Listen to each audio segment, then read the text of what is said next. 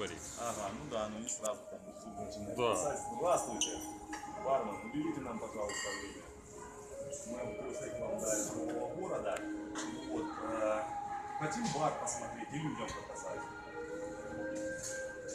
Подошли. Что можете рассказать интересного про свою работу, про свой бар, про свою вотчину? Какие-то, может быть, трюки, какие-то нюансы. Бар такое достаточно пикантное, скажем, место, вот, с большим потенциалом. Вот, после бара, да, от любого до разного может происходить с людьми, поэтому вот, какие здесь есть фишечки, какие-то там кручения бутылок, верчения, такого нет? Нет. Это не клуб, да? Тут все очень строго и классически, да? Это апероль, да, или что это? Что это? Апероль шприц, это мы пробовали. А вот это для вин, да, холодильник? И Это с разливными винами, то есть вина на разлив, которые продаются. и какая температура? Температура? Красных вин от 14 до 16.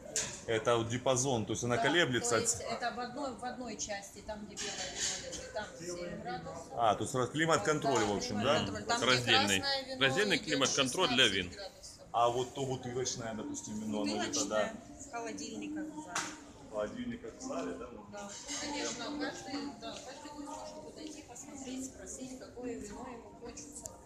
Посмотреть. А какое мы заказали? Где то вино? Оно в другом холодильнике. В каком? В другом, а пойдемте мы его посмотрим.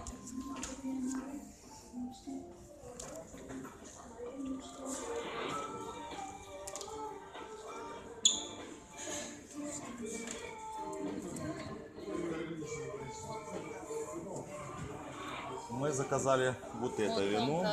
Из провинции Медок. Ага. Это нам уже, наверное, его достали, да?